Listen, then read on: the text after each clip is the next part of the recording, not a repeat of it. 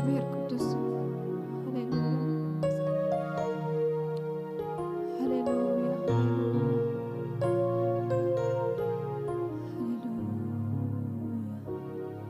ሃሌሉያ እግዚአብሔር ነመስግኖ ሃሌሉያ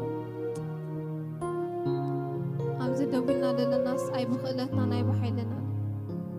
ምሕረት እግዚአብሔር ስለዝበዝሓልና እዩ ሃሌሉያ ሃሌሉያ ዘይውዳእ ምሕረቱ ገይሩ ሃሌሉያ ዘይግባአና ኩሉ ሃሌሉያ ስለደፍቀረና ሃሌሉያ ተመስገን ንበሎ ሃሌሉያ ሃሌሉያ እግዚአብሔር ተመስገን ተመስገን ስለ ሁሉ ነገር እግዚአብሔር ሃሌሉያ ሃሌሉያ ነዛ መዓልቲ እዚኣ ክንሪኣ ደፍቀድካ ስኻኻ እግዚአብሔር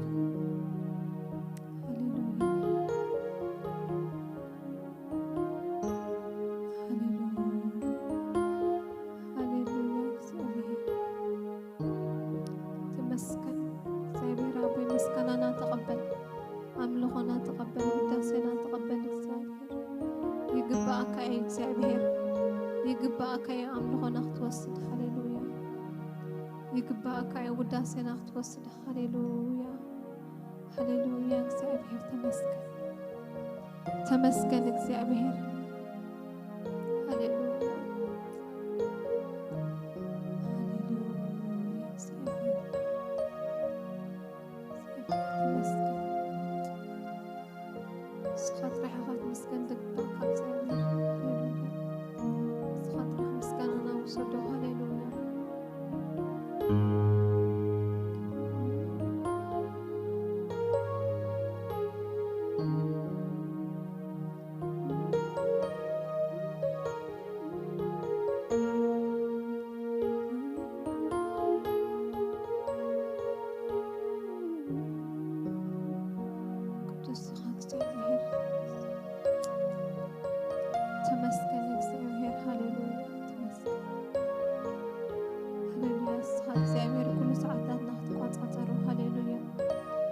መንፈስ ቅዱስ ንዕድመካ ኣለና ሃሌሉያ መንፈስ ቅዱስ ናብዚ ቦታ ንዕድመካ ኣለና ሃሌሉያ ብሩኽ መንፈስ ቅዱስ ናብዚ ቦታ ንዕድመካ ኣለና ሃሌሉያ ሃሌሉያ ዘይ መንፈስ ካውል ሓንቲ ክንገብራ ይኽእልና ሃሌሉያ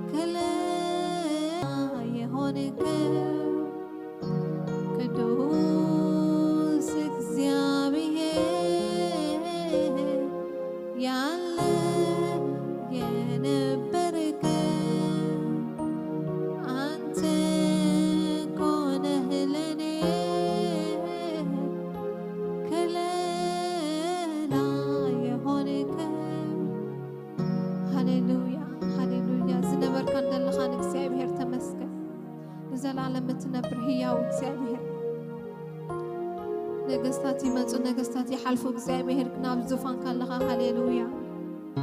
ሃሌሉያ ሃሌሉያ ነዚ ከምዚ ኣምላኽ ኢና ነምልኽ ሃሌሉያ ህያው ኣምላኽ ኢና ነምልኽ ሃሌሉያ ንሰምዕ ኣምላኽ ኢና ነምልኽ ሃሌሉያ ሃሌሉያ እግዚአብሔር ተመስገን እግዚአብሔር ኣቦይ ተመስገን ምስጋናናهم ሽተው ሰዶ እግዚአብሔር ምስጋናና መቅደስካ ይቅረብ ሃሌሉያ ሃሌሉያ ሃሌሉያ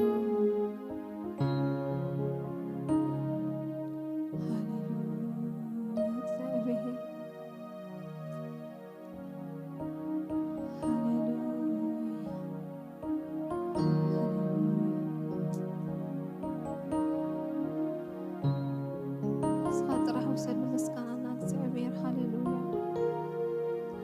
ይግባአካ መንፈስ ቅዱስ መንፈስ ቅዱስ ሰማዕኸና ስለደለኻ ተመስገን። ሃሌሉያ መንፈስ ቅዱስ ኣብዚ ጉባኤ ስለደለ ተመስገን። ሃሌሉያ ሃሌሉያ ሃሌሉያ ሃሌሉያ ተመስገን። ሃሌሉያ እጅ ድማ ንእግዚአብሔር ክንዘምረለና። ሃሌሉያ መዝሙር ምስጋና ክንዘምረለና። ሃሌሉያ ሃሌሉያ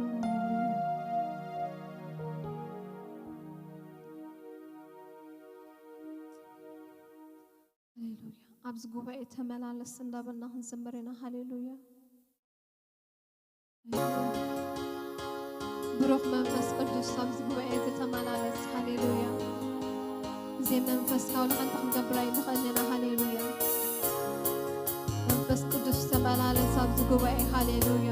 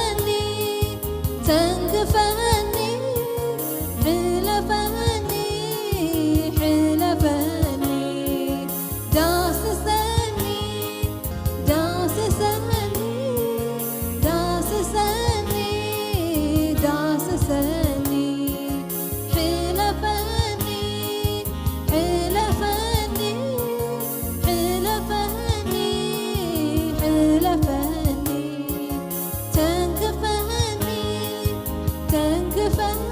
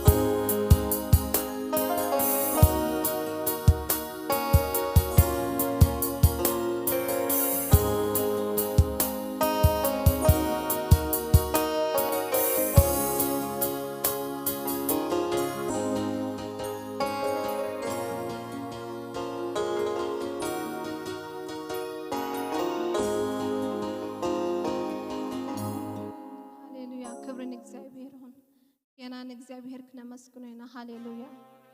እግዚአብሔር عبي خندابلنا هنزمرو لنا هاليلويا قال أملاخ كم زبل الناس هاتوما هزاب كلكم أداؤكم أتقعوا نأملاخ بدمت حقوس إلى البلولو لعول እግዚአብሔር زفره يمو أبزلا عالم أبزلا مدري عبي نقص إيو نسو نهزبتات أبتحتنا نهزاب كأ أبتحت أقارنا يقزوم هاليلويا እግዚአብሔር عبي خندابلنا هنزمرو لنا عبيت እግዚአብሔር اندا تردأنا هنزمرنا هاليلويا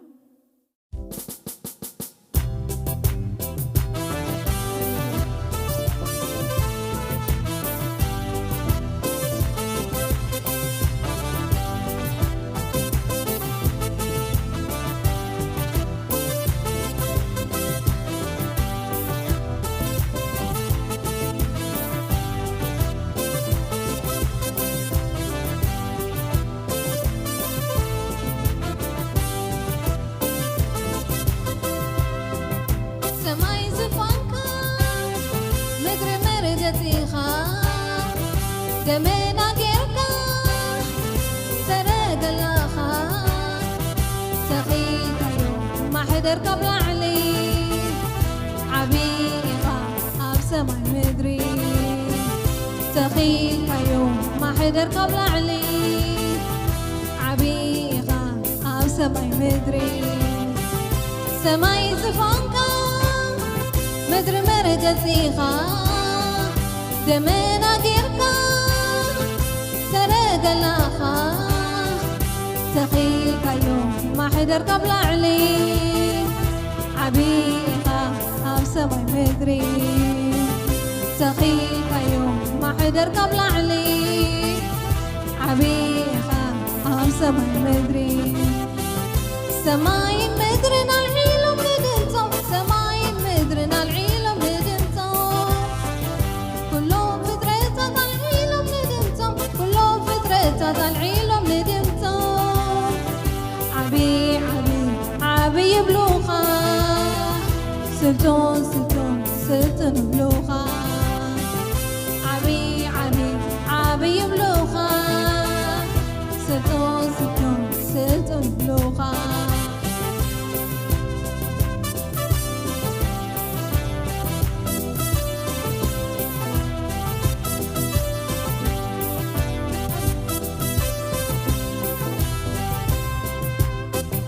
صحاين ورحل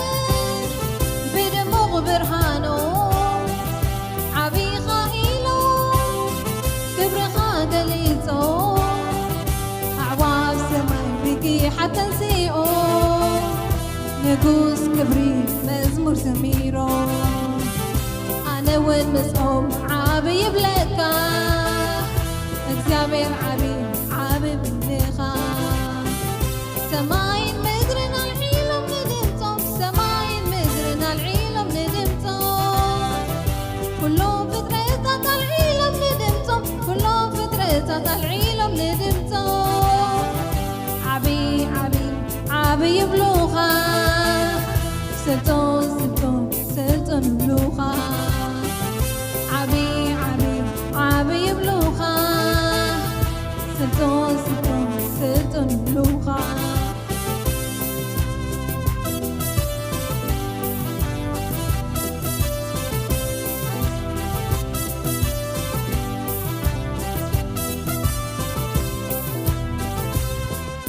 جناي تقلتن زمير غلو بزي عرفتي سماي ومدرو عبي نقوس مقلت قلبو وين كان لها ما نمتي مثلو كبر خاريو ماني زي سقر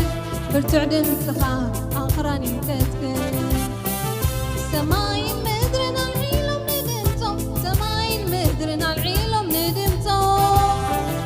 كلهم فترة العيلم ندمتم كلهم فترة العيلم ندمتم عبي عبي عبي بلوخة سلطون سلطون سلطون بلوخة عبي عبي عبي بلوخة سلطون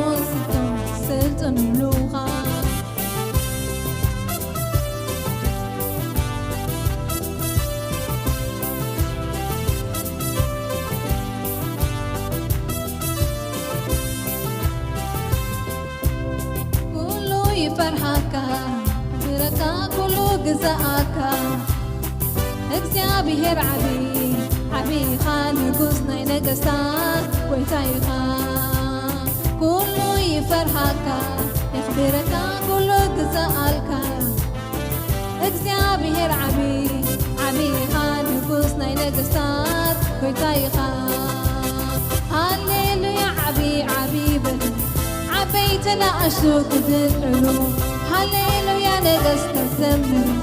ነቲ عبي ንጉሥ كبري هبو أتم تقانيت دمت اسمعو ንጉሥ كبري عاتي قلل بلو أتم تقانيت دمت اسمعو ንጉሥ كبري عاتي قلل بلو إلل بلو عبيتنا أشو قلل بلو ንጉሥ ሰላም አትዩ እልል በሉ እልል በሉ አቶም ተቃነይቲ ድምፂ ስምዑ ንጉሥ ክብሪ አትዩ እልል በሉ አቶም ተቃነይቲ ድምፂ ስምዑ ንጉሥ ክብሪ አትዩ እልል በሉ እልል በሉ ዓበይቲ ንኣሹ እልል በሉ ንጉሥ ሰላም አትዩ እልል በሉ እልል በሉ أتم تقانيت دمت اسمعو ንጉሥ ክብሪ አትዩ እልል በሉ እልል በሉ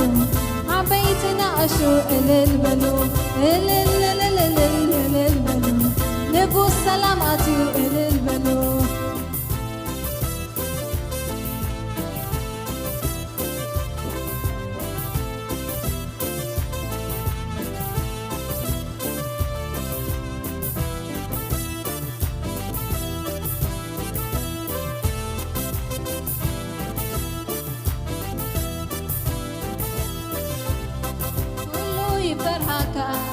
يخبرك كل جزاءك እግዚአብሔር عبي خان ንጉሥና ነገሥታት ጎይታይኻ ኩሉ ይፈርሃካ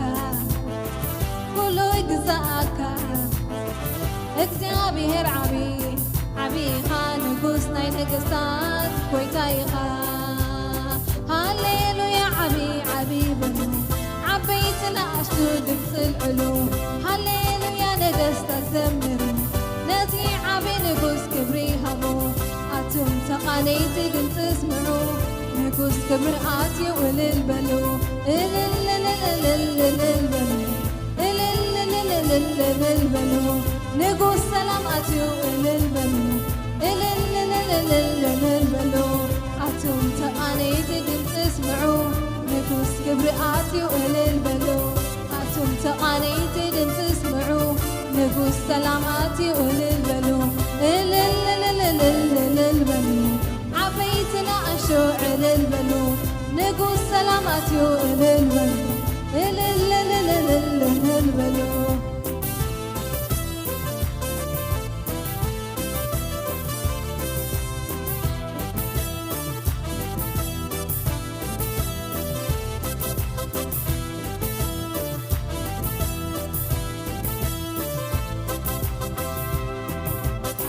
ክብርን እግዚአብሔር ይሁን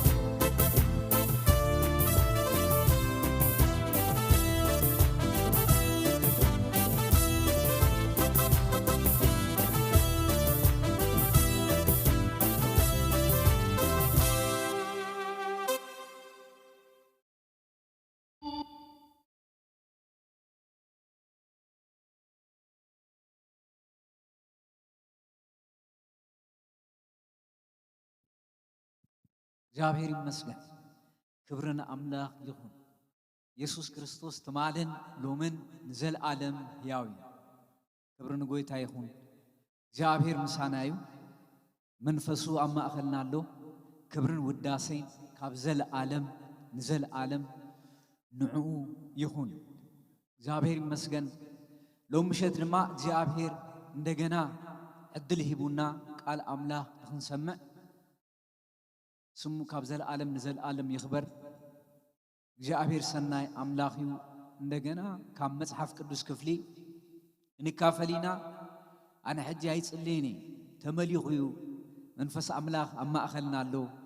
መንፈስ ቅዱስ ንትቃል ክገልጾ እዩ ተሰማሚዐ ምስቲ ጸሎት ምስቲ መዝሙር ተሰማሚዐ እግዚአብሔር ይመስገን ካብቲ ዝሓለፈ ኢና ንቕጽሎ ብዛዕባ ጸሎት እዩ ተንዝሓለፈ ክልተ ሰሙናት ብዛዕባ ጸሎት ርኢና ነርና ሕጂ እውን እንደገና ብዛዕባ ጸሎት ክርኢና ጸሎት ማለት ኣብ መጽሓፍ ቅዱስ እንታይ ማለት እዩ ጸሎትስ ናብ መን እዩ ዝጽለይ ክንጽልይ ከለና ከዓ ከመይ ክንጽልይ ኣለና ብዝብል ካብ ያዕቆብ መልእኽቲ ምዕራፍ 5 ጀሚርና እንደገና ናብ መጽሓፈ ሳሙኤል ከድና ምዕራፍ 7 ርኢና ኢና እግዚአብሔር ካብቲ ቃሉ ከም ዝጠቐመና ይኣምነ ሎም ምሸት ድማ እንደገና ጸሎት እቲ ሓቀኛ ጾምን ጸሎትን እቲ ኣምላኽ ዝቕበሎ ጸሎት ከመይ ዓይነት እዩ ኢልና ክርዮ ኢና ነዚ ካብ መጽሓፍ ቅዱስ ክፍሊ መወከሲ ኾነና ካብ ትንቢተ ኢሳይያስ ምዕራፍ 58 ዘሎ ክፍሊ ኢና ንርኢ መጽሓፍ ቅዱስ ብዛዕባ ጸሎት ደጋጊሙ ይዛረብ እዩ ዋላ ካብ ዘፍጥረት ጀሚርና ተራእናዮ አብርሃም ንግብፅ ወሪዱ ከሎ ንሳራ ምስ ወሰደሉ ምስ መለሰሉ እግዚአብሔር እንታይ ኢልዎ እቲ ሰብኣይ ነቢይ ስለ ዝኾነ ክጽልየልካ እዩ ናይቲ ቤት ማህፀን ክኽፈት እዩ ኢልዎ ስለዚ እግዚአብሔር ጸሎት ይሰምዑ ጸሎት ድማ ሰሚዑ ይመልስ እዩ ማለት እዩ እግዚአብሔር ይመስገን ስለዚ እግዚአብሔር አምላኽ ምስ ጸሎት ዘለዎ ርክብ ዓብይ ማለት እዩ ስለዚ ብዛዕባ ጸሎት ዘለና መረዳእታ ኣብ ህይወትና ክዓቢ ኣለዎ ጸሎት ካብቲ መንፈሳዊ ኣምልኾ ሓደ እዩ ከምቲ ንዝምሮ ከምቲ ቃል ኣምላኽ ነጽንዖ ጸሎት ሓደ መንፈሳዊ ክፍሊ እዩ ነፍሱ ዝኸኣለ መንፈሳዊ ክፍሊ እዩ ኣምልኾ እዩ ስለዚ ብዛዕባ ጸሎት ካብ መጽሓፍ ቅዱስ ኣፍልጦ ክነደልብ ይግባአና ማለት እዩ እግዚአብሔር ድማ እንታይ ዓይነት ጸሎት ይሰምዕ እንታይ ዓይነት ጸሎት ድማ ይቅበል ስለዚ ካብ መጽሐፍ ቅዱስ ክርኢና ሓቀኛ ጾም ካብ ትንቢተ ኢሳይያስ ምዕራፍ 58 ክርኢ ከለና እዚ መጽሐፍ እዚ 2700 ዓመታት ኮይኑዎ እዩ ካብ ዝጽሓፍ ኢሳይያስ እዚ መልእኽቲ ክጽሕፍ ከሎ ንእስራኤላውያን አድሬስ ይግበሮም እምበር መጽሐፍ ቅዱስ ንትምህርትና ከም ዝተጻሕፈ ኣብ ዝተፈላለየ ቦታ ደጊሙ ነጊሩና እዩ ኣብ መጽሐፍ ቅዱስ ውሽጢ እቲ መሰረታዊ ነገር ዝተቀየረ እንታይ ተይልና ብጸጋ መድሓን እዩ ዘይልወጡ ፕሪንሲፕላት ኣለው ኣብ መጽሐፍ ቅዱስ ውሽጢ ካብቶም ዘይልወጡ ፕሪንሲፕላት ሓደ ብዛዕባ ጸሎት እዚ እዩ ትንቢተ ኢሳይያስ ምዕራፍ 58 እዩ ስለዚ ሎም ምሸት ካብዚ ክፍሊ ኢና ንርኢ ማለት እዩ ኣይ እዚ ናይ ብሉይ ኪዳን ኣይኮነን ዶ ብእምነት ኢና ንጽልይ እግዚአብሔር ብእምነት ይሰምዓና ንብል ተሃሊና እምነት ናብ እግዚአብሔር ንቐርበሉ መገዲ እዩ ብእምነት ድማ ጸዲቕና ኢና እግዚአብሔር ግን ዝሰምዖ ጸሎት ናይ ኣመንቲ ብኸመይ ዓይነት መገዲ እዩ ዝብል ድማ ክርዮ ኢና እግዚአብሔር ከምዚ ይብል ኢሉ ኢሳይያስ ይዛረብ ኣፍካ መልኢኻ ጨድር ኣይተቋርጽ ድምፅኻ ከም መለኸት ዓወብል ንህዝበይ ኣበስኦም ንቤት እስራኤል ድማ ኃጢአቶም ንገሮም ንሳቶም ብመገደይ ክመላለሱ ከም ዝፈተው መዓልቲ የምልኹኒ ከምቲ ጽድቂ ዝገብርን ሕጊ ኣምላኽ ዘይሓድግን ህዝብስ ቁኑዕ ሕጊ ካባ ይደልዩ ፈትዮም ዘምልኹኒ ከዓ ይመስሉ ይብል ሰለስተ ነገር እዩ ዝዛረብ ንገሮም ኢልዎ እዚ ነገር ንገሮም ቀጺሉ እንታይ ኢልዎ እቶም ህዝቢ እግዚአብሔር ዘይርኤና እንተደኣ ኮይኑስ ስለምንታይ ጾምና ንሱ ግደና ዘይገብር እንተደኣ ኮይኑስ ስለምንታይ ነፍስና ኣሕሳእና እናበሉ ያሓቱ ኣለው ኢሉ እዚ መን እዩ እግዚአብሔር ንኢሳይያስ እዩ ዝነግሮ ዘሎ ቶም ሰባት ከምዚ እንዳበሉ ይሓቱ ኣለው ሕቶ ኣለዎም ይጽልዮም ይልምንዮም መልስ ግን የብሎምን እሳቶም ድማ ኣብ ሕቶ ወዲቆም ኣለው ስለዚ ከምዚ ኢሎም ይሓቱ ስለ ዘለው ንዓ መልእኽቲ ሒዝካለ ኪድ ኢልዎ ስለዚ እንታይ ኢሉ ቀፂሉ እግዚአብሔር ከዓ ከምዚ ይብሎም ኣሎ እነሆ በመዓልቲ ጾምኩምሲ ተግባርኩም ኢኹም እትገብሩ ንጉዞአትኩም ድማ ትገፍዕዎም ኣለኹም ክትጾሙ ከለኹም ትበኣሱን ትከራኸሩን ብሕሱም ጉስጢት ትዋቕዑን ኣለኹም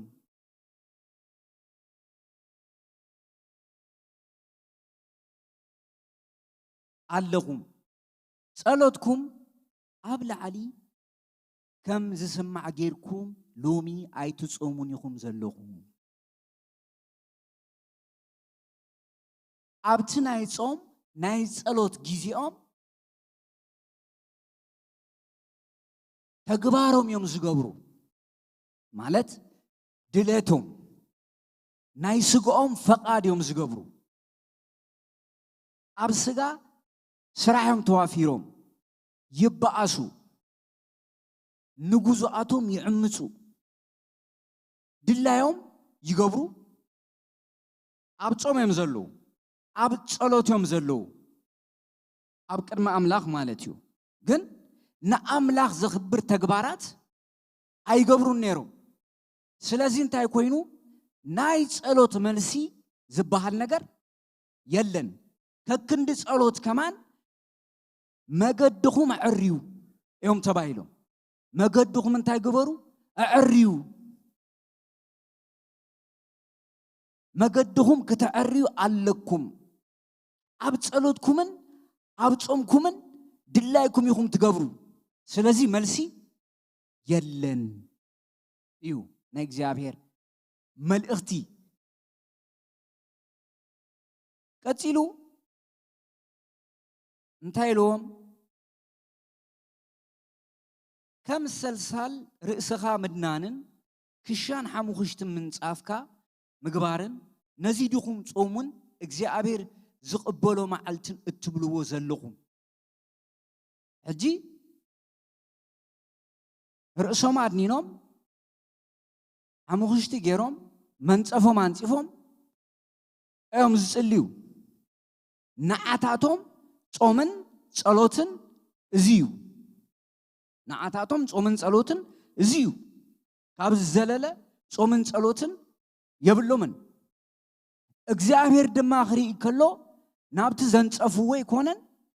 ናብቲ ክሳዶም ዘድነንዎ ይኮነን ናብ ግብሮም ይዝጥምት ነይሩ ናብ ተግባሮም ይዝጥምት ነይሩ እሳቶም ጾም ዝብልዎን እግዚአብሔር ጾም ዝብሎን ሰማይን መሬትን ዝተራሓቀ ነገር እዩ ስለዚ ቀፂሉ እግዚአብሔር እንታይ ኢልዎም ኣብ ቁጥሪ 6 ሸሞንተ ነገር እዩ ተዛሪቡ ነቲ መገዶም ከዕርዩ ሸሞንተ ነገር እዩ ተዛሪብዎ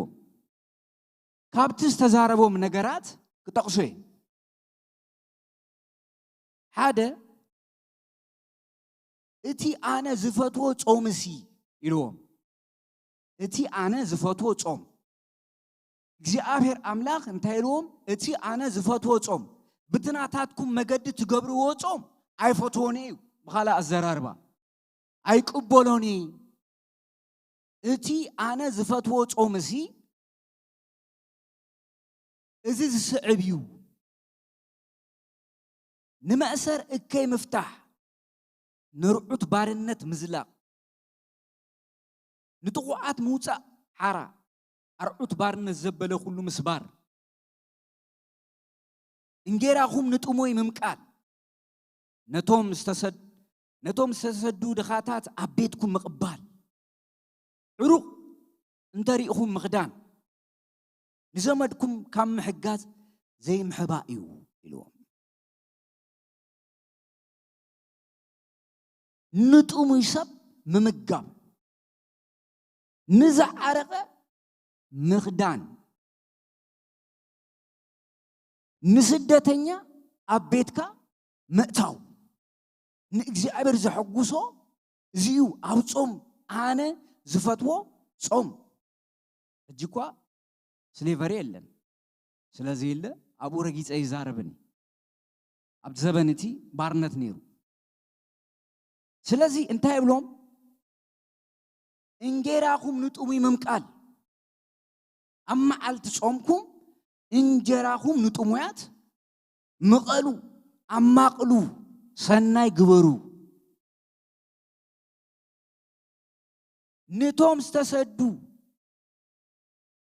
ነቶም ስተሰዱ ድኻታት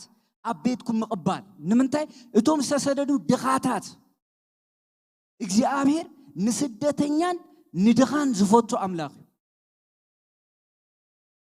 አቤትኩም ተቀበሉዎም አጽልልዎም ማለት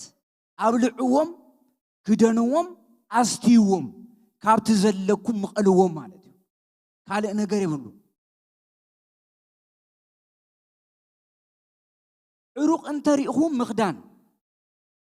ዘመድኩም ካብ ምሕጋዝ ዘይምሕባ እዩ ምስጋ ዘመድ ድማ ተሓሒዙ ዘመድኩም ክትሪኡ ከለኹም ዘመድኩም ካብ ምሕጋዝ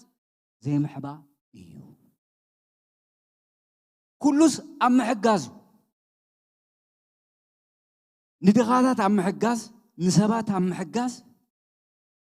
እግዚአብሔር ዝደልዮ ጾም እግዚአብሔር ዝደልዮ ጸሎት ናይ ቃላት ብዝሒ ኣይኮነን ማለት እዩ ጸሎት ግብሪ ኣለዎ ማለት እዩ ምስኡ ዝኸይድ ተሳኒዩ ዝኸይድ ግብሪ ኣለዎ ማለት እዩ ጸሎት ቀፂሉ ኣብ ቁጥሪ 8 ዝበሎም ሽዑ ኢልዎም ውጽኢት ኣለዎ ከምኡ ተገይሮም እቲ ኣምላኽ ዝሃቦም ናይ ጾም ናይ ጸሎት ስርዓት ተሓልዮሞ ውጽኢት ኣለዎ ፍረ ኣለዎ ብፍረ እዩ ዝግለጽ እቲ ፍረ ሽዑ ብርሃነይ ከም ፀሓይን ጎ ኮይኑ ክበረሃልኩም ናይ እግዚአብሔር ብርሃን ከም ፀሓይን ጎ ኮይኑ ክበረሃልኩም እዩ እዚ ተገይርኩም ዝሕጉስ ነገር ብርሃነይ ከም ፀሓይ ብርሃን ጎ ኮይኑ ክበረሃልኩም እዩ እዚ ተገይርኩም ምሕዋይኩም ቀልጢፉ ክመጽዩ ክትሓዊኢኹም ምሕዋይኩምስ ቀልጢፉ ክመጽዩ ሕውየት ኣሎ ዝኽተል በረኸት አምላኽ ኣሎ ካብ ሰማይ ዝመጽእ መልሲ ኣሎ ጽድቀይ ቀቅድሜኹም ክኸይድ ክብረይ ድማ ደጀንኩም ክኸውን እግዚአብሔር ዝሃቦ ተስፋ ብዚ ዘገርም ሽዑ ክትጽውዑኒ ከዓ ክምልሰልኩም ክተእውዩ ኣነ ድማ እኒአኹ ክብለኩም ቀደም እዩ ምስክርነት ሰማዕኹ ኣብ ግዜ ደርጊዩ ሓደ ኮሚኒስት ሰብኣይ ነይሩ ኣብ ደቡብ ኢትዮጵያ እንቶም ክርስቲያናት እንዳውፀ ይቀትሉ ማዓት ግፍኡ ዝገብር ነይሩ ድሓር እቲ ከተማ ሙሉ ተጨኒቁ ቶም ኣመንቱን ተጨኒቆም ናብ ኣምላኽ በቃ ኢሎም ኩሎም ዝገርመኩም ነገር ኤሌክትሪክ ዝናይ መገዲ ኤሌክትሪክ መን ከም ዝበተኹ ኣይተፈለጠን ኢሉ ተበቲኹስ ኣብ ክሳዱ ተጠቕሊሉ እግዚአብሔር እቲ ሓቀኛ ኣውያት ይሰምዑ ማለት እዩ እቲ ናይ ልቢ ኣውያት ይሰምዑ እቲ ናይ ውሽጢ ኣውያት እቲ ነፍሲ ተሰቅያ ትእውዮ ኣውያት ኣብ ቅድሚ ኣምላኽ ይስማዕ እዩ ክትእውዩ ከለኹም ማለት ተጨኒቆም ክእውዩ ከለዉ እግዚአብሔር ጭንቆም በዚሑ ክእውዩ ከለዉ እግዚአብሔር ሰሚዑ ዝምልስ ኣምላኽ እዩ بتناتو مقدي أنا خا خملسلكمي كتاويو أنا دم أنيهو كبلكمي الله إلس كمتي أنيهو إلس كمتي كتصوعون خلقوس أنيهو إلس كمتي هيقرم إكزيابير أنيهو إلو كمتي خلو سابيو أنيهو إلو كمتي زقبو إكزيابير كن أنيهو إلو سمتي مالتي نرعد بارنتن نناي نعقت موت أوات أتابعن نحمق زربانكا كما أخلكم أنت رحقكم أما أخلهم دما أنت يالو كما أخلهم دما كرحق زقبؤ تكبارات حلو كما أخلهم كابتهم زيصليو كابتهم زيصومو كما أخلهم دما كرحق زقبؤ إكاي زخونة تكبارات حلو إكزيابير زدليو مالتي انتايلوهم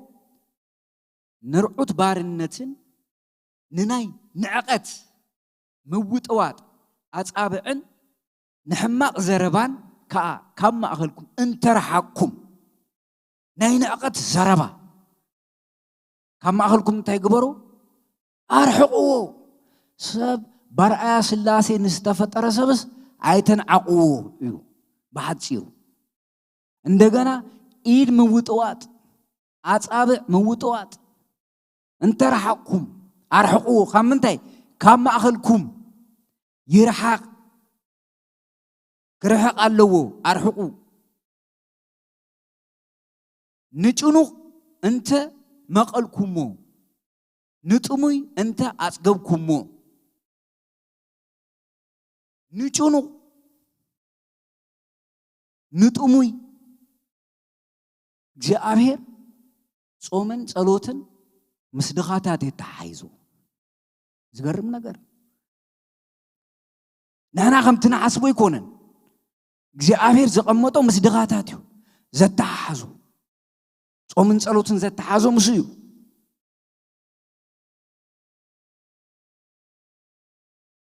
ንጥሙይን ተጽገብኩም ሽዑ ብርሃንኩም ኣብ ጸልማት ክበርህ እዩ ሽዑ ብርሃንኩም ኣብ ጸልማት ክበርህ እዩ ፍረ ኣለዎ ማለት እዩ እቲ ሓቀኛ ዝኾነ ጸሎት ኣብ ቅድሚ ኣምላኽ ተቐባልነት ዘለዎ ጸሎት ፕሪንሲፕል ኣለዎ መምርሒ ኣለዎ እዚ ተገይርኩም ብርሃንኩም ክበርህ እዩ እግዚአብሔር ይመስገን ኢየሱስም ከምኡ ኢሉ ሰናይ ግብሩኹም ሪኦም ኣብ ሰማያት ዘሎ ኣቦይ ከኽብርዎስ ስራሕኹም ኣብ ቅድሚ ሰብ ይገለጽ ብግብሪ ይገለጽ እዩ ቀፂሉ ሽዑ ብርሃንኩም ኣብ ጸልማት ክበርህ ጸልማትኩም እውን ከም ፀሐይ ቀትሪ ክኹላዩ እንደገና ጸልማትኩምስ ከም ፀሐይ ቀትሪ ክኹላዩ እቲ ጸልማትኩም እቲ ጸልመተኩም ግቢል ጸልመተኩም ነገርስ ብርሃንኩም ክበርህ እዩ እንደገና ናታትኩም ጸልማት ድማ ከም ቀትሪ ፀሐይ ክኹላዩ ዘገርም ተስፋ እዩ እግዚአብሔር ዝሃበና እግዚአብሔር ይመስገን ጸልማትኩም እውን ክበርህ ጸልማትኩም እውን ከም ፀሐይ ቀትሪ ክኹላዩ ፀሐይ ቀትሪ ንኹሉ ወገግ ያተብሎ እግዚአብሔር ይመስገን እቲ ጸልመተስ በቃ ተገፍፉ ክኸይድ እዩ ማለት እዩ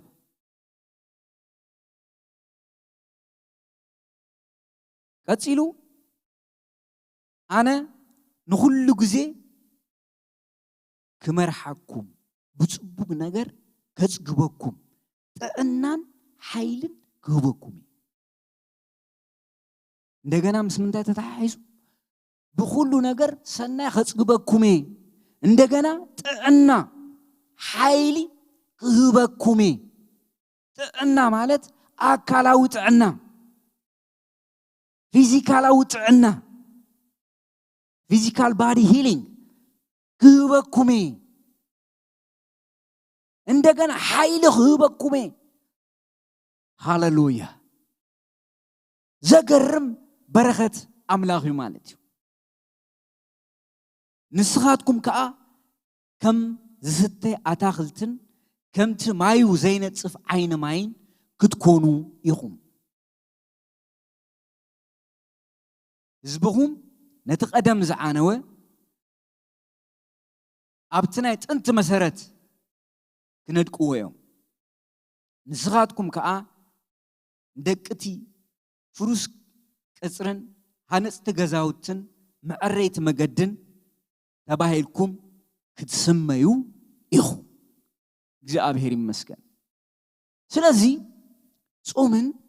ጸሎትን ኣብ ቅድመ ኣምላኽ ዓቢ ነገር እዩ ማለት እዩ ጾምን ጸሎትን ክበሃል ከሎ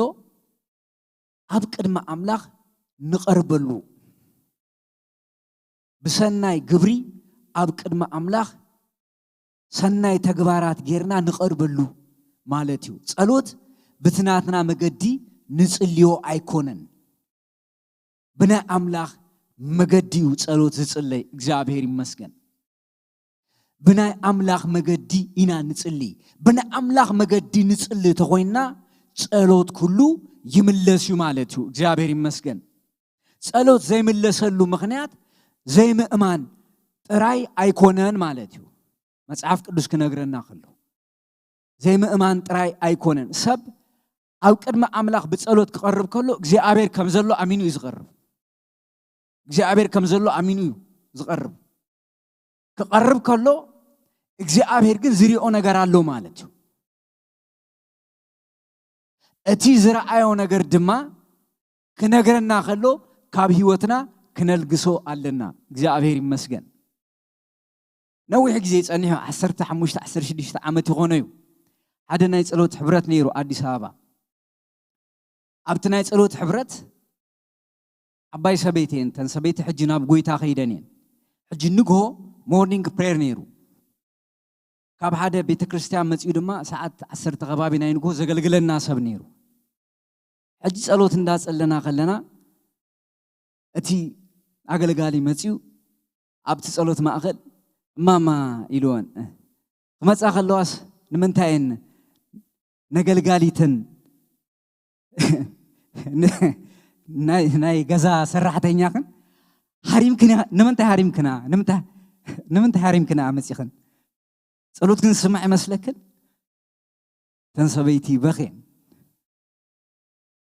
ተስየን ሃሪመያ ይመጽእ ኢለን ድሓር ኣነ ኢንተርቪ ገይረየን ማለት እዩ ድሓር ንምንታይ ሃሪምክና ኢለ ሓቲተየን ሕጂ እግዚአብሔር ይርዩ ከይመስልና እግዚአብሔር ይርዩ ተኸዳዲና ተመጻና ልብ ኸዳና ተጸበቕናስ ወይ ጽቡቕ ቃላት መሪጽና ተተዛረብና እግዚአብሔር ግን ዝሪኦ ኻልዩ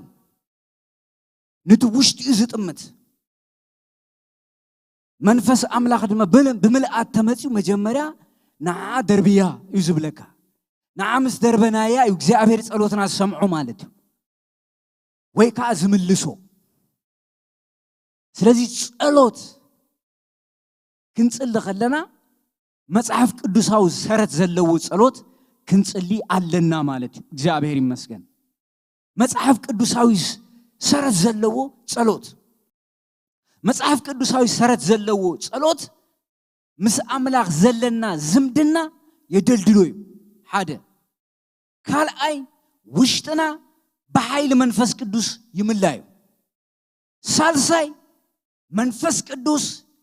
ጌጋ ተሃልዮ ብልብና ይመኽረናዩ የመልክተናዩ እግዚአብሔር ይመስገን ስለዚ መጽሐፍ ቅዱሳዊ ጸሎት ተጸሊና መልሲ ኣሎ መልሲ ካብ ኣምላኽ ኣሎ መጽሐፍ ቅዱሳዊ ጸሎት ተዘይጸሊና ግን ውሽክራፍት ዝኸውን ዋላ ሓደ ነገር መልሲ የብሉ ንግርቱ ዝኸውን ኣብ ቅድሚ ኣምላኽ ተቐባልነት የብሉን እግዚኣብሔር ቅድሚ ጸሎትና ህይወትና እዝደልዮ ማለት እዩ ቅድሚ ናይ ጸሎት መልሲ ህይወትና እዝደልዮ ህይወትና ኣብ መገዱ ብቑኑዕ ጎዳና ተኾይኑ እቲ መልሲ ገና ኣብ ልብና ክንሓስቦ ከለና ኣነ ኣብ ቅድሚ ኣምላኽ ይዛረብ ኣጓኒፉን ኣሎ ከምዚ ገና ክሓስብ ከለኹ መልሲ ይመጽእ እግዚኣብሔር ይመስገን ክብሪ ንጎይታ ይኹን ኢየሱስ ክርስቶስ ትማልን ሎምን ንዘለዓለም ጎይታ እዩ ብዛዕባ እዚ ጉዳይ ክጽልይ ብዛዕባ እዚ ጉዳይ ከምዚ ክገብር የለ ገና ኣብ መገዲ እንዳሓሰብኩ ከለኹ ትመልሲ ተመሊሱ ይጸንሕ ክብሪ ንጎይታ ይኹን ኢየሱስ ክርስቶስ ትማልን ሎምን ንዘለዓለም ሕያው እዩ እዝኑ ኣይጸመመን እግዚኣብሔር ኢዱ ኣይሓጽረን እግዚኣብሔር ንሕና ግን ናብ መገድና ክንምለስ ኣለና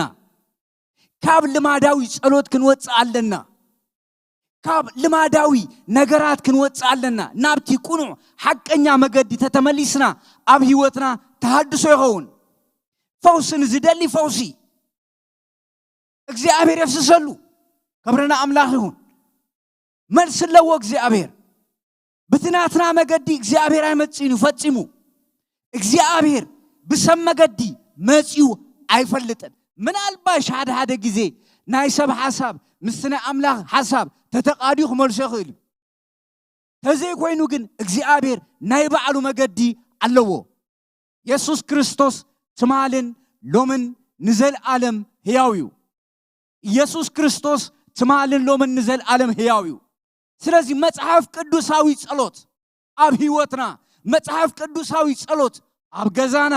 መጽሐፍ ቅዱሳዊ ጸሎት ኣብ ማሕበርና መጽሐፍ ቅዱሳዊ ጸሎት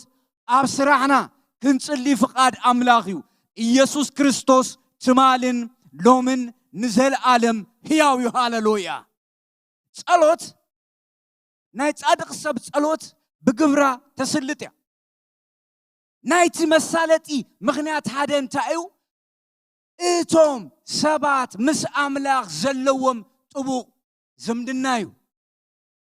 ምስ ኣምላኽ ዘለዎም ሪሌሽንሺፕ እዩ ኢንቲሜሲ ዝኾነ ርክብ ኣለዎም ሃሌሉያ እሱ እዩ ትዓብ ነገር ናይ ጻድቕ ሰብ ጸሎት ክብል ከሎ ቁኑዕ ብዝኾነ ናይ ኣምላኽ መገዲ ዝኸዱ ቅንዕና ዘለዎ ነገር ዝገብሩ ካብ ዓመፅን ካብ ግፍዕን ርሒቆም እቲ ናይ ኣምላኽ ነገር ጥራይ ዝደልዩ እግዚአብሔር ናታቶም ጸሎት ይሰምዑ እዩ እግዚአብሔር ንዓታቶም ድማ መልሲ ኣለዎ ኢየሱስ ክርስቶስ ትማልን ሎምን ንዘለዓለም ሕያው እዩ እግዚአብሔር ዝሰምዕ ኣምላኽ እዩ ሰሚዑ ድማ ዝምልስ ኣምላኽ እዩ ብኣምላኽ መገዲ ብጎይታ መገዲ መንፈስ ቅዱስ ብምልአት ይፈስስ ማለት እዩ ጸሎትና ክንፍትሾለን ውሽጥና ክሪኦ ኣለና ናብ ነፍስና ክሪኦ ኣለና ናብ ነፍስና ተጠሚትና ናብ ነፍስና ተሪኢና እቲ ርስሓትና ክንረኽቦ ኢና ድሓር ኣውፂና ክንድርብዮ ኢና እግዚአብሔር ይመስገን እግዚአብሔር ጸሎትና ዝምልስ ኣምላኽ እዩ ጸሎት ሓያል ነገር እዩ ሓያል መሳርሒ እዩ ኣብ ተሃድሶ ዘመን ነህምያ ጸልዩ ዳንኤል ጸልዩ ዘይጸለዩ ኣገልገልቲ የለውን ንምንታይ እግዚአብሔር ሰሚዑ ዝምልስ ኣምላኽ እዩ ሰሚዑ ዝምልስ ኣምላኽ እዩ ስለዚ መጽሐፍ ቅዱስ ክነግረና ከሎ ብዛዕባ ጸሎት ዓብ ነገር እዩ ኣብ ቅድሚ ኣምላኽ ኣብ ዘበን ዘለናዮ ዘበን ብጣዕሚ ዘገርም ነገር ሰባት ንጸሎት ዘለዎም ኣመንቲ እኮ እዮም ንጸሎት ዘለዎም ኣረኣያ ዘገርም እዩ ዕሽነት እዩ ዝመስሎም ዕሽነት ግን ኣይኮነን እቲ ጎይታና መድሕና ኢየሱስ ክርስቶስ 3 ዓመትን ፈረቓን እቲ ዝበዝሕ ግዜ ዘሕለፎ ብጸሎት እዩ ምሰቡኡ ርክብ ነይርዎ ምሰቡኡ ዓብ ሕብረት ነይርዎ ቁኑዕ ዝኾነ ሕብረት ነይርዎ ኣቡኡ ድማ ይሰምዖ ነይሩ ኣቡኡ ድማ ይምልሰሉ ነይሩ ኢየሱስ ክርስቶስ ትማልን ሎምን ንዘለዓለም ሕያው እዩ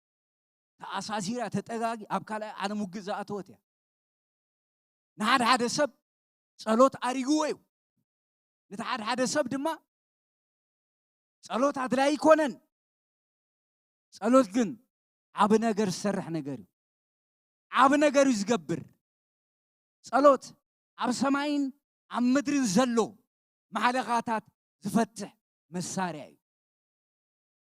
ስለዚ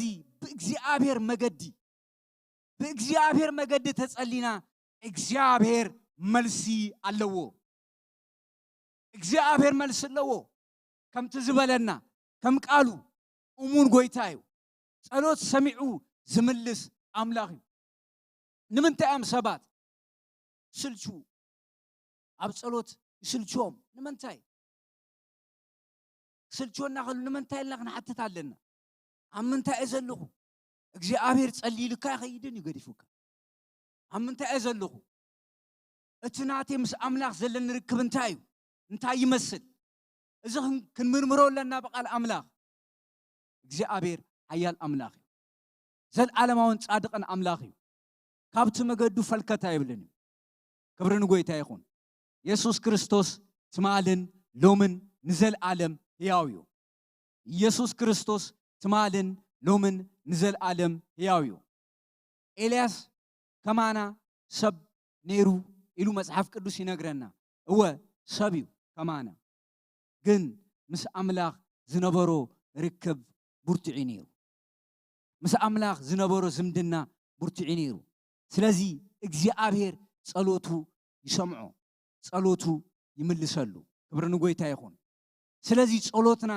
ኣብ ቅድሚ ኣምላኽ ተቐባልነት ክህሎ እቲ ኣምላኽ ዝብሎ መገዱ ክንስዕብ ኣለና እግዚአብሔር ይመስገን እስራኤላውያን ዝተሓተትሉ ሓደ ነገር እንታይ እዩ ኣብዚ መጀመርያ ክዛረብ ከሎ እግዚአብሔር ንቤት እስራኤል ድማ ኃጢአቶም ንገሮም ንሳቶም ብመገደይ ክመላለሱ ከም ዝፈተው ኣይፈቱን ማለት መገዱ ክመላለሱ ኣይፈቱን ማለት እዩ ከም ብመገደይ ክመላለሱ ከም ዝፈተው ሂፖክራሲ ከም ዝፈተው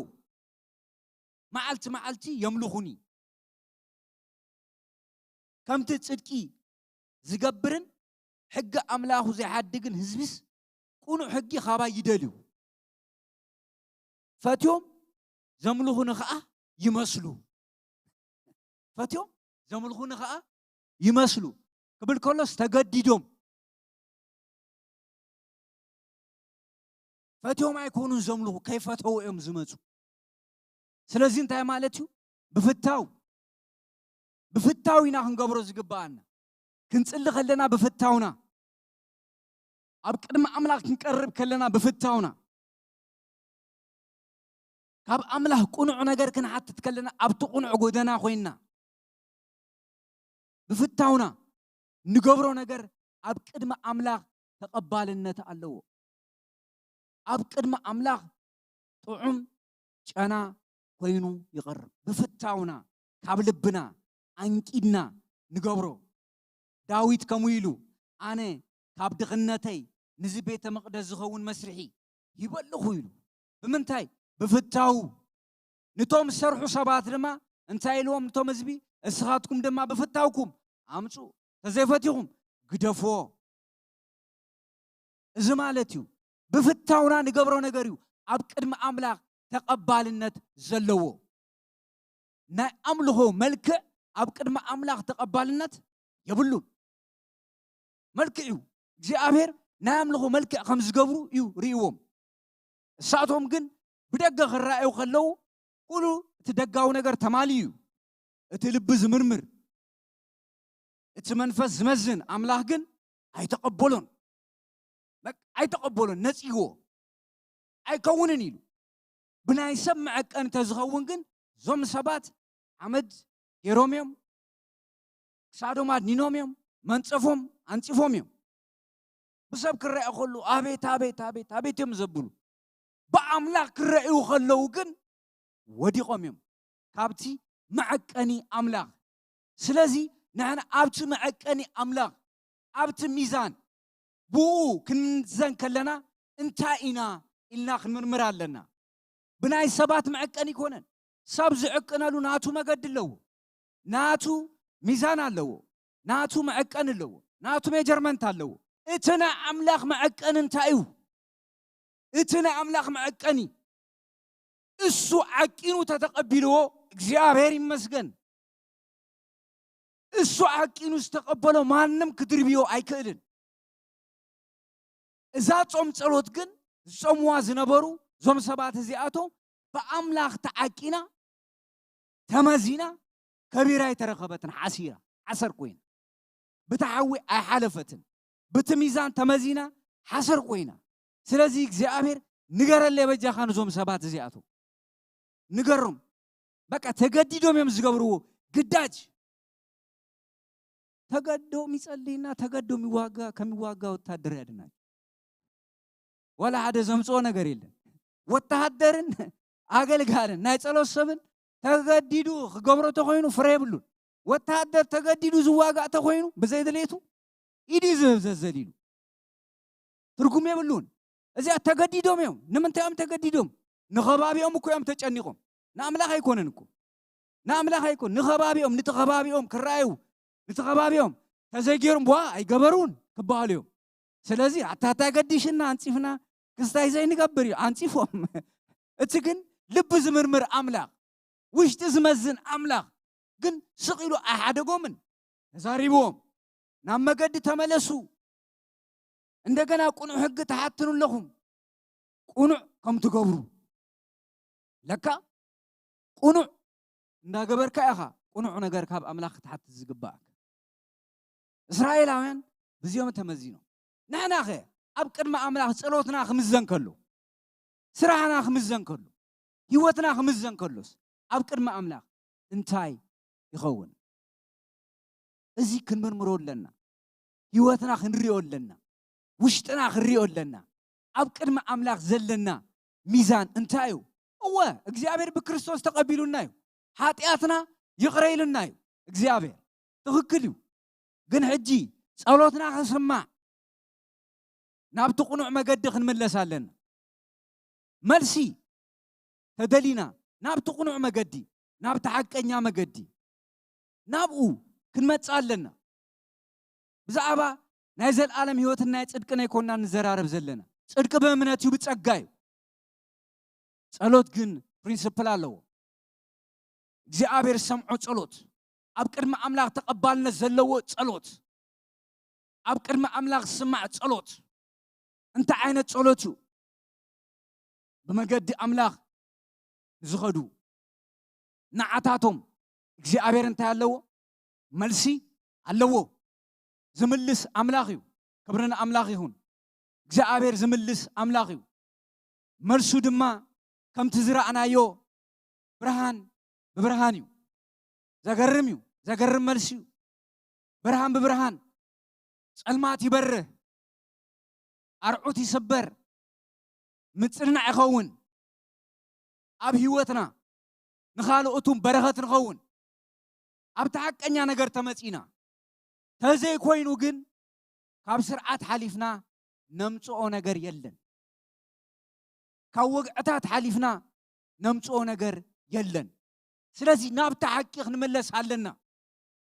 ናብቲ ሓቂ ናብቲ ቁኑዕ ዝኾነ መገዲ ተዘይ ኮይኑ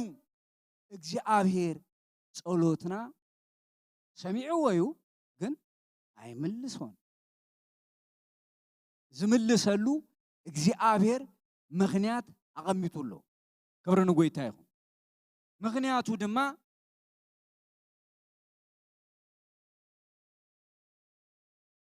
እቲ ኣነ ዝፈትዎ ጾምሲ እዚ ዝስዕብ እዩ መእሰር እከይ ምፍታሕ ነርዑት ባርነት ምዝላቕ ንጥቁዓት ምውፃእ ሓራ ኣርዑት ባርነት ዘበለ ኩሉ ምስባር እንጌራኹም ንጥሙይ ምምቃል እቶም ዝተሰዱ ድኻታት ኣብ ቤትኩም ምቕባል ዕሩቕ እንተሪኢኹም ምኽዳን ንዘመድኩም ካብ ምሕጋዝ ዘይምሕባእ እዩ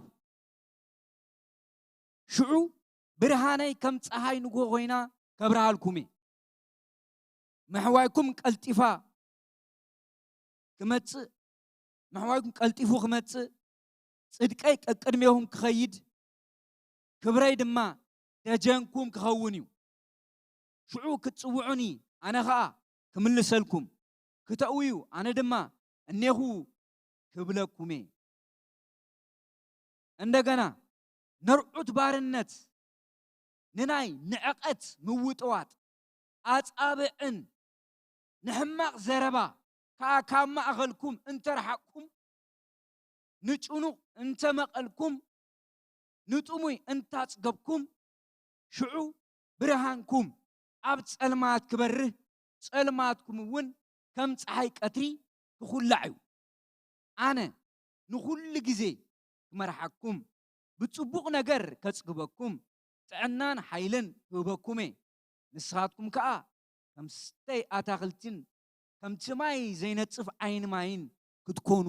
ኢኹም እዚ እዩ እቲ ኣምላኽ ዝደልዮ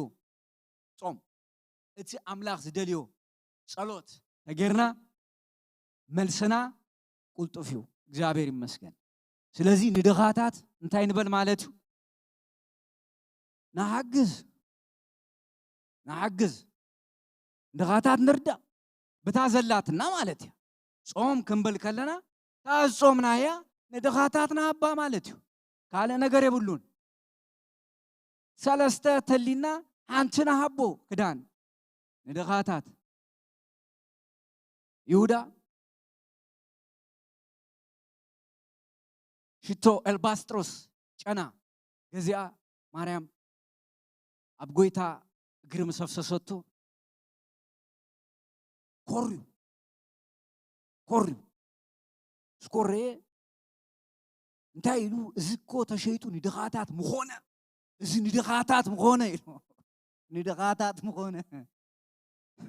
ዝዓለየሎም እዩ ዝመስል ግን ንድኻታት ምኾነ ኢሉ ኣነ ብጣዕሚ ተሰቐኒ ክፍልያ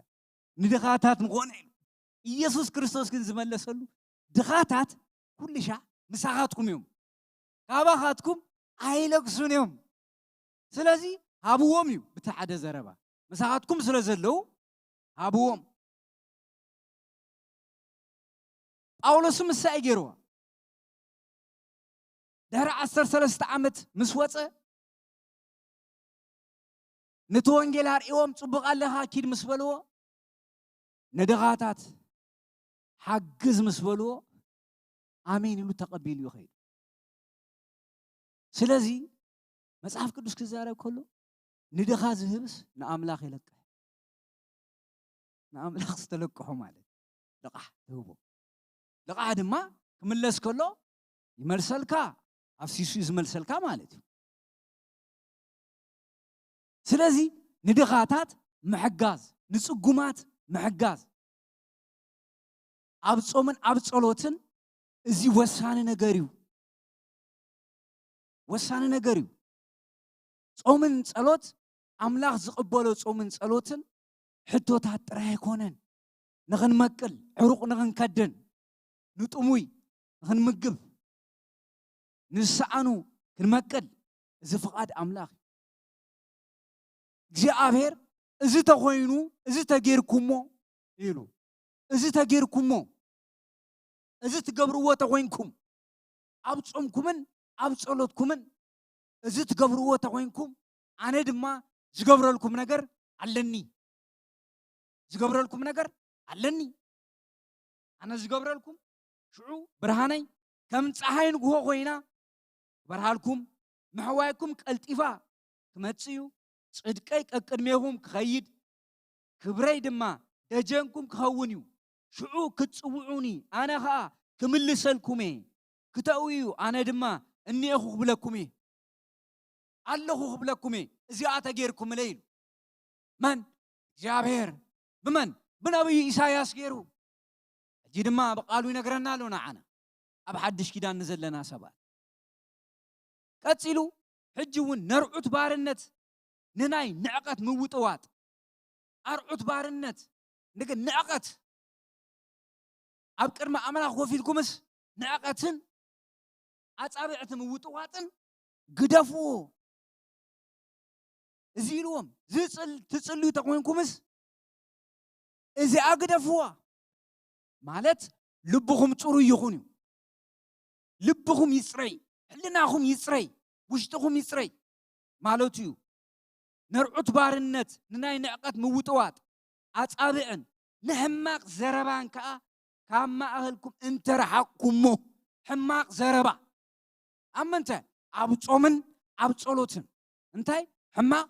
ዘረባ ሕማቕ ዘረባ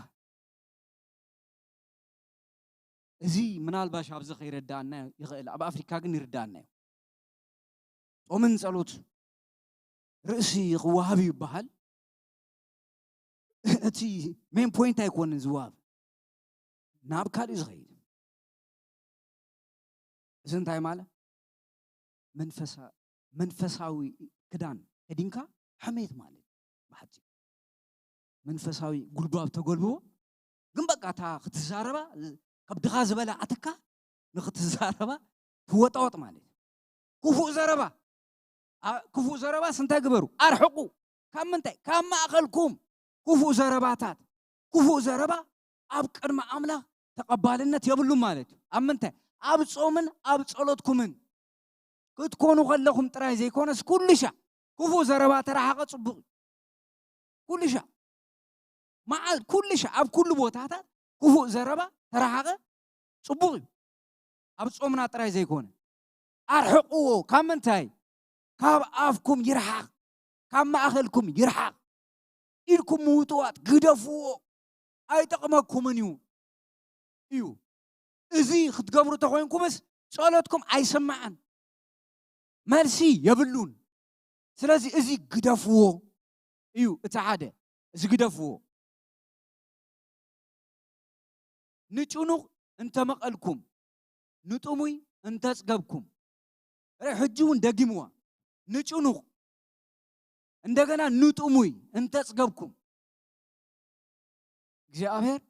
እንደኻታት ይሓልዩ ማለት እዩ እግዚአብሔር ኣብ ሓደ መጽሓፍ ቅዱስ ክፍሊ ደጋጊሙ ክዛረብ ከሎ ሲሪየስ ነገር እዩ ሲሪየስ ዘይዝለል ነገር እዩ ተተደጋጊሙ በቃ እግዚአብሔር ኣተኩሮ ሂቡሉሎ ማለት እዩ ስለዚ ንዓኽሪ ኣለና ንጥሙይ ንድኻታት ክንህብ ኣለና ካብ ምንታይ ካብታ ዘላቶ ቢልዮነር ምዃን ኣየድልን እዩ ሚልዮነር ምዃንም ኣየድልን እዩ ንድኻታት ንምሕጋዝ ያለውን የሰጠ ንፉግ አይባልም እዩ ዝባል اتزلو تازلاتو زهابس سوسو አይባልም ግን ጥቅስ ይኮንና መጽሐፍ ቅዱስ ጥቅስ ጋር ይመስለኩም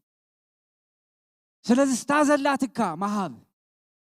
ታዘላትካ ምምቃልያ ልክስ ማለት እሱ በሐፂሩስ ናይ ጸሎት ሰብ ለጋስ ከውን አለው ጀነረስ ከውን አለው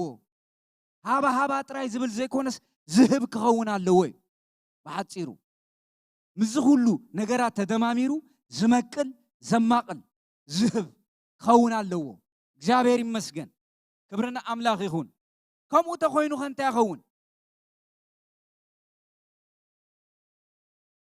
ከምኡ ተኮይኑ ሽዑ ብርሃንኩም ኣብ ጸልማት ክበርህ ጸልማትኩም እውን ከም ፀሓይ ቀትሪ ኩላዩ ጸልማት ክበርህ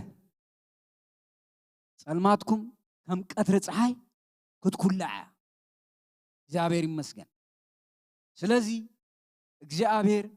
ዝብለና ዘሎ አነ ኩል ጊዜ ክመርሐኩም ብጽቡቅ ነገር ከጽግበኩም ጥዕናን ኃይልን ክህበኩም እዚ በረኸት እዩ ብጽቡቅ ነገር እግዚአብሔር የጽግበና እንደገና ጥዕናን ኃይልን ድማ ይህበና ሃሌሉያ ክብርን ጎይታ ይሁን ጥዕናን ኃይልን አና መጽሐፍ ቅዱስ ዘገረመኒ እንታይ ነገር አለው ሙሴ ወዲ 120 ዓመት ኮይኑ አይኑ አይደኸመን ይብለካ ጉልበቱ ድማ አይደንገዘን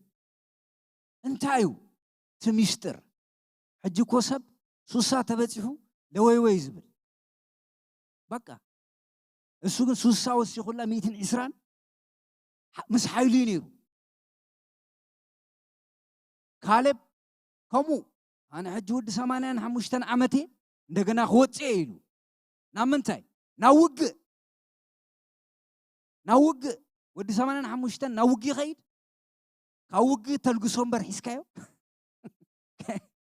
ከተልግሶ ዝግባ እሱ ግን ክኸይድ ኢሉ እንታይ እቲ ምስጢር ምስ አምላኽ ዘለዎም ርክብ